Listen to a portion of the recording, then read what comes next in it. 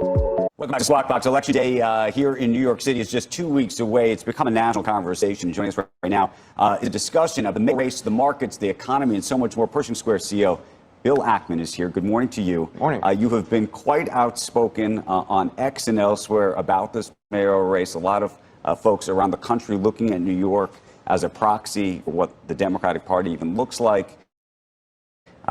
You've been calling on Sliwa to get out of the race. You've been calling on all sorts of things to happen. Right now, in terms of where things actually are, based on what the numbers are, we've been looking at Polymarket and other things, and it seems like Zohran Mamdani is the clear favorite, not just the clear favorite, but that almost under any circumstance he's going to. Remember, Polymarket is probability wins the election based on the facts that exist now. Probably accurate. However, if Sliwa were to say, I'm not going to run, right now the polls are the most recent poll is 44 Mamdani, 33 Cuomo, and 19 Sliwa. I've seen polls that say the Sliwa voters are going to vote 65% for Andrew, 7% other, and 25% won't vote, something like this. But if Sliwa voters vote for Andrew, Andrew wins. The key is Sliwa has to be out of the race. And does Sliwa not only have to get out of the race, and we were looking at the front page of the New York Post this morning, which was also calling for that. Does he have to get out of the race and endorse He doesn't have to endorse. Look, I think the smartest thing he could do for his legacy is to say, look, I love New York. I care about this city. I've put a lot of energy in keeping this city safe. The polls, the facts just tell me I'm not going to win this time. I'm going to step aside. I'm going to rely on Andrew to take care of the city. I'm going to keep doing my job protecting New Yorkers, and I'm going to run in 4 years. And then we'll build we'll have a gold statue of him in Times Square. And I know actually a guy offered to pay for a gold statue of him. Let me ask. Gold, by the way, it's gone up in value. So that's expensive. We have had Cuomo on the broadcast. We've asked Zohran to come on. He has not come on yet. There's a reason for that. And there's an invitation that's still standing. By the way, watching. Here's what you should do. You should go to the DSA website. It says the capitalist economic system is the cause of violence, unemployment, and a climate crisis imposes an existential threat to life on Earth. That's the Democratic Socialist. That's the DSA, which is Zohran's policy. How can he come on CNBC? So my question to you, though, is when you look at sort of the number 1, 2, and 3 issues that you have with him, and I am assuming that your vote for Cuomo is effectively a vote against him. It is. Right? And I like Andrew. What are the issues for you? Is it about capitalism? Is it about policing in the city? Is it about anti-Semitism? I mean, give me the list, but in the true priority, because I think there's a lot of people who think that maybe you're in this because you don't want your taxes raised. Okay. So, number one, I love New York. I love New York City. It's been very good to me. I care about this place. It's one of the greatest cities in the world. But it has issues. Okay, where is Mamdani right? He's right that we have an affordability issue here. Okay, why do we have an affordability issue in New York? Rent is too high, right? Utility costs are too high. Why is that? Right? The answer is because of policies that he wants to make worse, right? Real estate developers would love to build more apartments in New York. There's enormous demand, right? Economics, if we increase, there's not enough supply to meet the demand, so what happens is rents go up, right? Why is that? Because we make it, one, extremely difficult to build in New York, all kinds of regulatory, other, not in my backyard, protests, things that drive up costs that make it uneconomic to build new housing. Then there's rent regulation, right? If you're telling people we're going to freeze rents, well, number one, you can only freeze rents on 1 million, maybe apartments, not the other, 25% of the housing stock, not the other 75% of the housing stock. We've got 50,000 apartments that sit vacant because the owner can't economically afford to renovate them because they can't earn a rent. Good places like Argentina, which deregulated, rent control, rents come down because supply comes back into the market. Some supply comes in immediately, apartments that are being held off, and then developers start building. What you want in New York is you want cranes everywhere building apartments, and that's going to drive down, that's going to keep rents from growing at a rate in excess of inflation. So affordability is a problem. Why are electricity costs so high? Because of Green New Deal, because of people fighting power lines, because of people, shutting down, natural gas, nuclear power plants. And that has caused the cost of, and we're going to have all this, we have all this demand from AI, of course, for power. That's made it more expensive for people. So he's right on affordability, but his policies are wrong. So that's an important issue. Another important issue is public safety. right? The mayor actually probably has more impact on public safety. That's probably the most important issue for most New Yorkers. And if he has a hostile relationship with the police department, right. Okay, you already are reading stories about people retiring in advance of Mamdani being mayor. If you look at what he said prior to the last few months of running for mayor, he was a defund the police are wicked, the police are evil. These are his words, his tweets. It's sort of in the record. That's not a guy who's going to be able to motivate the police. He's talked about shutting down rikers, right? So I would say affordability, safety. His policies are wrong. He's accurate in identifying the problem, but his policies are explain to you, I think, in your mind, yes. He is doing as well as he is on track to become the next mayor of this city. He's a very talented politician. He's got a nice smile. I would argue if you watched him in the debate, every time he answered a question, he'd finish with his smile. It's a constructed smile, and it makes me not trust the guy. So here we are having this conversation. He now uses you and your name almost as a proxy to suggest why he should win, which is to say, interestingly, when you talk to especially younger people, they say, if the real estate industry, for example, if my boss hates him and doesn't want him to win, I want him to win because I think that he's going to help me. And they're going to come to regret that. I mean, if you 1%, it was just a editorial in the Wall Street Journal this morning. 1% of New Yorkers pay 40% of the taxes in the city. And if you attack that 1%, those are the most mobile 1% of New Yorkers. And they can live 183 days outside of the city, and they can take their tax revenues elsewhere. You've stayed here. You've been in New York this Yes, summer. I have. Would this be the thing that pushed you out of the city? Look, what I would say is, putting me aside, it's a marginal cost decision for everyone. And you weigh the benefits of living here for 180 days of the year versus the costs. Right. One of the costs is taxes, and not just personal taxes. Personal income taxes are going to go up. I think the bigger issue is he's talking about taking corporate income taxes for 1%. That's what federal. Right? And CEO is a fiduciary for the shareholders of the company, and if you can locate the business in Miami and eliminate 21 percentage points of corporate tax, he's going to do that, right? So the matching New Jersey and forgetting that there's also New York City, New York City and New York State, taxes here. It's just it's going to destroy the city. There are national Republicans. They like New York, but they don't live here, and they think Republicans win the midterms if this guy becomes it. The Democrats have a real problem whether they endorse this guy or whether because it's just acknowledging all these things that they know don't work, and they're afraid, they're so feckless that they can't say we don't agree with any of that stuff. You're right, and I think the Republicans are being short-sighted about this because I think there are follow-on implications for the rest of the country. If Mamdani is successful in New York, he's going to inspire other candidates. Successful in winning. Winning. He's going to inspire other DSA candidates at the state legislature, in other states around the country. We'll know where the Democratic Party actually so you're is right. If we destroy New York, it will set a bad example. Maybe it's a sacrificial lamb to out the current state of the Democratic Party and where the geographic center of that is. It's the current state of the Democratic Party. And by the way, if I were a card-carrying member of the Democratic Party, I would be very concerned about this as well, because it's the party is veered. What happened to your card? What's that? What happened to that card?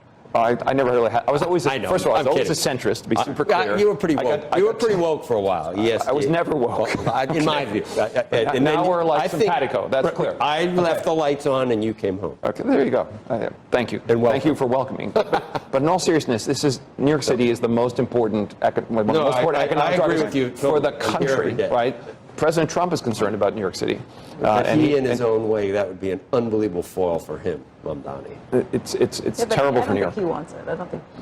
Look, you don't think the National Guard is coming here the day after the election? I do.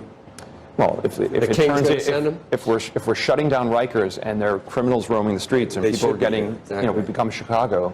Yeah, we should have the National Guard here. So let me ask you a different question, which is, to the extent that there's 2 weeks left and you would like to see Cuomo win, I think you not just have to convince Sliwa to get out of the election. You effectively have to try to persuade some of the voters that would otherwise vote for Mandami to vote for Cuomo. Actually, no. You think All we not? need to do is get out the vote. Okay, here are a few interesting facts. Typical mayoral election, what percentage of the registered voters vote? It's like 23 De minimis amount. 23 or 24%. Right? So if all you do is you say to people, this is the most important New York City election we've had in whatever 100 years.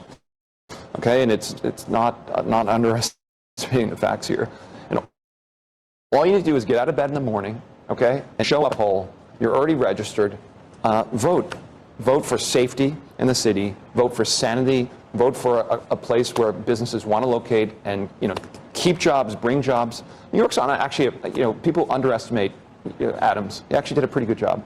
And the city is economically in a pretty good place. People are actually coming back to the office again after COVID. Why right? doesn't Adams endorse Cuomo? He should. He should. Adams should think he endorse will? Cuomo. I don't know. It if doesn't he will. matter? On the margin, everything matters, but getting people out to vote, that's the most important thing they could do. By the way, every CEO of every company in New York City should say to their employees, I'm giving you, election day, come in after lunch, but vote. Vote for the future of New York City. We don't want a socialist candidate who believes in seizing the means of production. His words, right, on a video. Right? This is what he believes. He's kind of modified, he's mollified some of his beliefs. What do you tell the people who say, look, you know what, the mayor can't do that much anyway? Mayor can do a lot. If you care about safety in New York, the mayor, first of all, he's not committed to keeping Jessica Tisch, who's done an excellent job. Right? Why is he not committed to keeping her? Because he knows, he says he's not keeping her, it's going to lose votes, but he's not going to keep her. There's no way. It's going to bring in his own person on crime, and we're going to see more crime. Let me ask you a slightly different question before we get to the markets and everything else. What do you think happened? This city has been the financial center of the universe for a very long time. Do you think that would shift if he was the mayor? And I ask because Jamie Dimon just opened up a beautiful new headquarters and has invested an enormous amount of money here. And so there is this view, especially among Mandami's supporters, who say nobody's going anywhere. Everybody says they're so mobile, but look at what's happened. These buildings are here. They're going to be here for a very long time. Maybe a couple people move here and there. The city's going to be fine. I'm just... The problem with that analysis, look, I think J.P. Morgan's going to have a meaningful presence in New York City, but also, look, if you focus on hedge funds for a moment. Hedge funds are a very important taxpayer and employees who work for them in New York City. They're the most mobile businesses in the world. Ken Griffin left Chicago because he was upset about everything from people getting killed on the streets to the way that dysfunction, the way that city was run. And he went to Miami. Mm-hmm. And Miami's becoming a financial capital, and it's becoming a more desirable place to live. And they're opening, more. A lot of the New York City restaurants have opened. Right. Duplicate examples there. The weather is very good most months of the year. I don't think J.P. Morgan is going to leave in the next 4 years. And no. Do I think many hedge funds will go? Many financial services businesses? I mean, what happened post-COVID? People figured out that they could actually do a lot by Zoom. And that made it a lot easier to, it used to be you had to be physically in New York so you could go to a meeting and see someone. Zoom, it's still good to see people in person, but a lot of meetings that you used to do in person, you now do by Zoom, which makes other places like Miami much more viable, Palm Beach, et cetera. You've been asking for a conversation, a meeting on X with the person who may very well become the next mayor, unsuccessfully. Do you ask that? I imagine you're asking it genuinely, but do you believe that he would correspond with you? Well, look, the guy's attacked me personally, so I'm like, okay, let's have a real conversation. Are you afraid to have a discussion with me on X, an open mic discussion where I can ask you about your policies and I can challenge you about your policies? Why not? As opposed to, having, I would say open mic, give me a couple of hours and let's understand who you really are. I'd love to do that. The fact that he's unwilling to do that, he's not responded to do that, I think speaks. He's afraid to do so. While we have you here, got to ask you about your take on just where we are in this economy and where we are in the markets. What do you think? We keep talking about, we say there's a bubble in conversations around a bubble. Yeah. I would say there's a lot of positive. Let me be optimistic for a moment. I'm negative on New York if Mandami's elected, but I'm positive on the country. Clearly we have the most pro-business president we've had in a very long time. And we also have a lot of, very significant things that have been announced, but the effects have not yet really taken effect. So one, infrastructure bill from the past. We have the more recent tax bill, which gives 100% depreciation for investment. We have this massive AI, infrastructure investment that's like building the railroads of the early part of the 20th century. We have the productivity effects of AI that are only just starting to, have a significant effect. We have interest rates coming down meaningfully. The 10 years below, 4%. We have a Fed that's accommodative, likely to sort of cut interest rates. So these are all, I would say, very positive for the economy and for markets. Well, there's a time when I think you wouldn't have called Trump the most pro-business president. And when a lot of people, you were worried about tariffs, a lot of people were worried about tariffs, obviously, in April. Is it that those tariffs never really came, the worst case scenario, obviously, didn't happen, and probably at this point most people think are unlikely to happen? No, actually, I think Trump has been the most pro-business president we've ever had. But that's even when tariffs were going to hurt the markets at one point. I was a little bit concerned about the scale of the tariffs and how quickly they were about to be implemented. Yeah. My suggestion to the president was to take a 90-day pause, and to his credit, he modified that position. So he is pro-business, even though people say these tariffs are... By the way, he doesn't care if the stock market goes down in the short term. He cares in the long term. And I trust the president, and I think he's done an excellent job. What about I think he's also done an excellent job, by the way. The other factors that affect markets are kind of geopolitical risk. And I think geopolitical risk is coming down, right? The whole Middle East has been reset. If he wasn't Donald Trump, I don't know what his approval would be if he wasn't Donald Trump, given... If you actually objectively look at his accomplishments, it's been an incredible presidency. But what about the Chinese trade talks that are coming up again? Because we are reaching the end of that kind of extended pause. Look, you can't bet against the president and his ability to negotiate deals. I mean, you can't.